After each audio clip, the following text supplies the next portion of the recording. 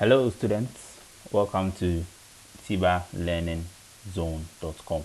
Today we're talking about the structure of living organisms, cells and organization, transport of materials in and in between cells. Before we go on to what we have for today, let's do a quick recap or a quick review of what we did the last time. We know that cells are the smallest structural and functional units of an organism. Smallest structural and functional units of an organism. So when you break the organism down, the smallest thing you're going to see that is functioning is the cell. Cells are made up of specialized structures called organelles.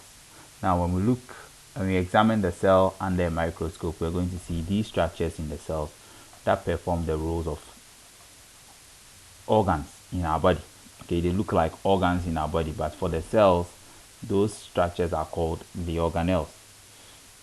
Now, plant cells have the cell wall and chloroplast, but animal cells do not. The presence of the chloroplast makes the plant cell autotrophic, meaning it can feed itself, okay, or it can make its own food.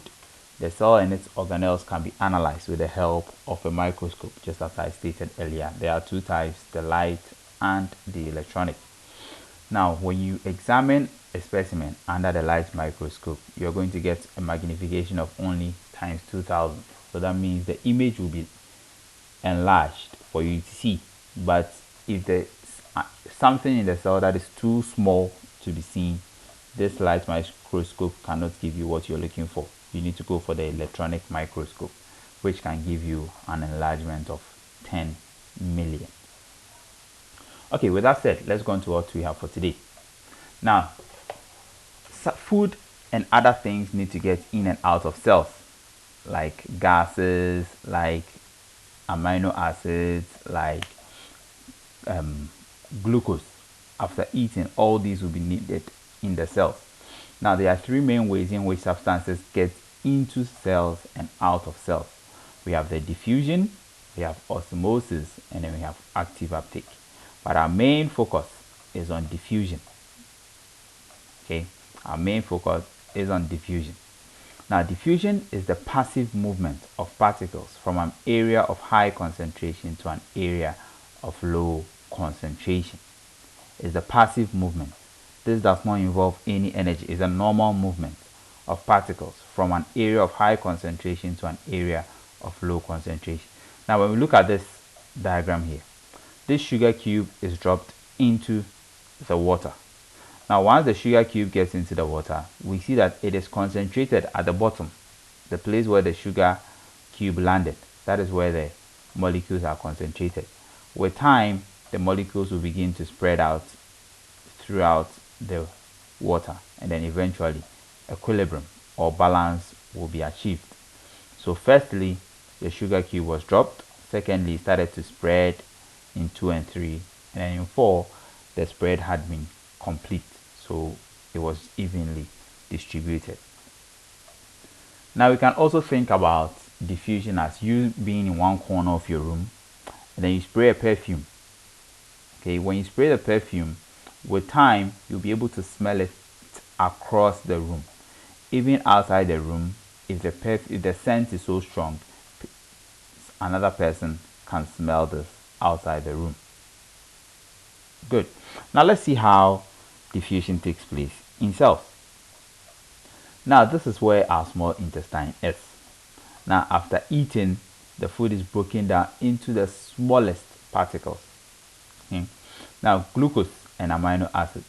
Now remember we said that our cell membrane allows certain substances in and certain substances out.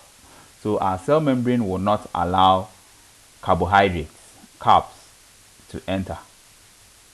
Our cell membrane will not allow protein to enter, but they will need to be broken down into their simplest forms, which are amino acids and glucose.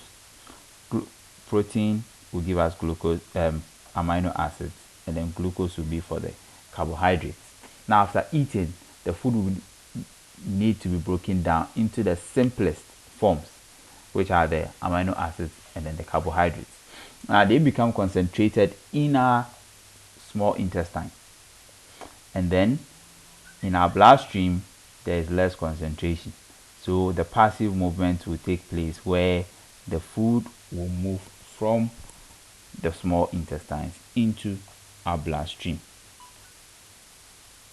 Now let's see another example of diffusion. Now gas exchanges.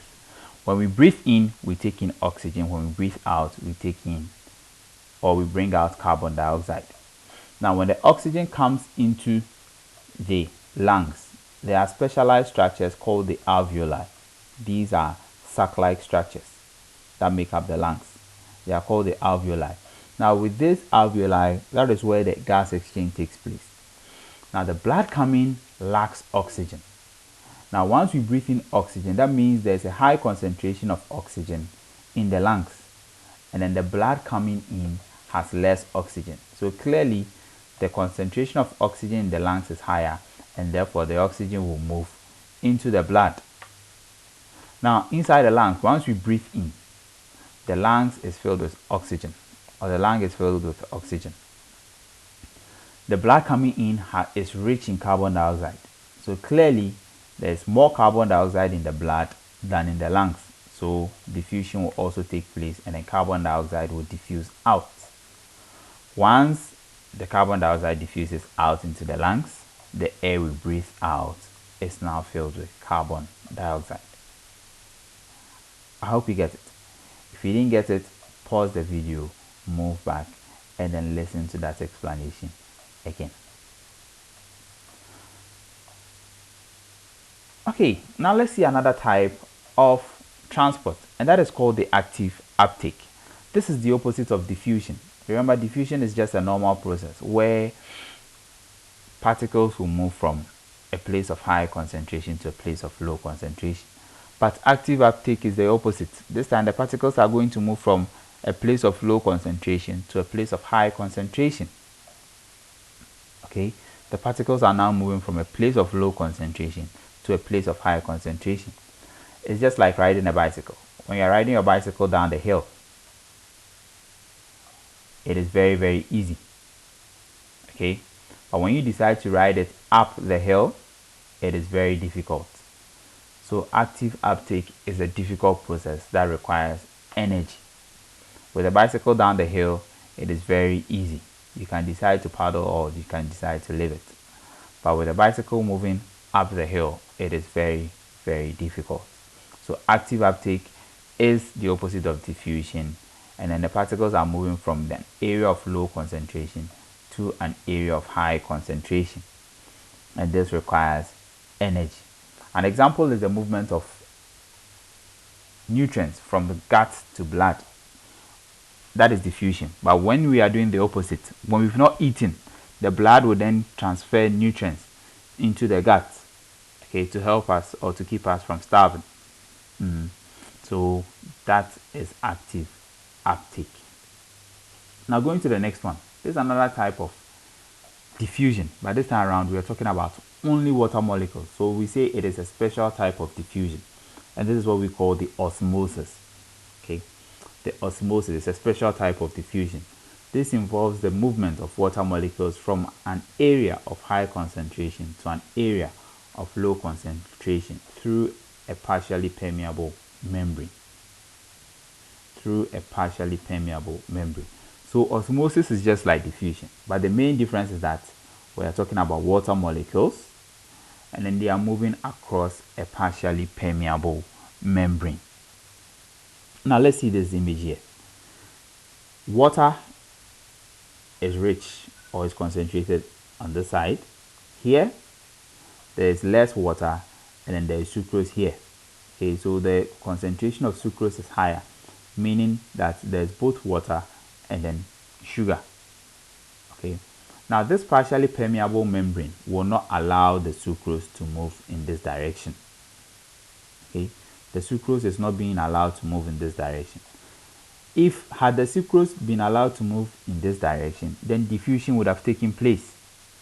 Okay, the sucrose, had they been allowed, the sucrose molecules been allowed to move over here, then diffusion would have taken place. But this time around, only water molecules are being allowed to move in and out. Okay, that is why we say this is a partially permeable membrane.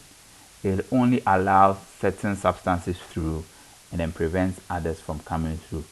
Now, the water molecules will move from a place where they are highly concentrated to a place where they are lowly concentrated, and that is what we call osmosis.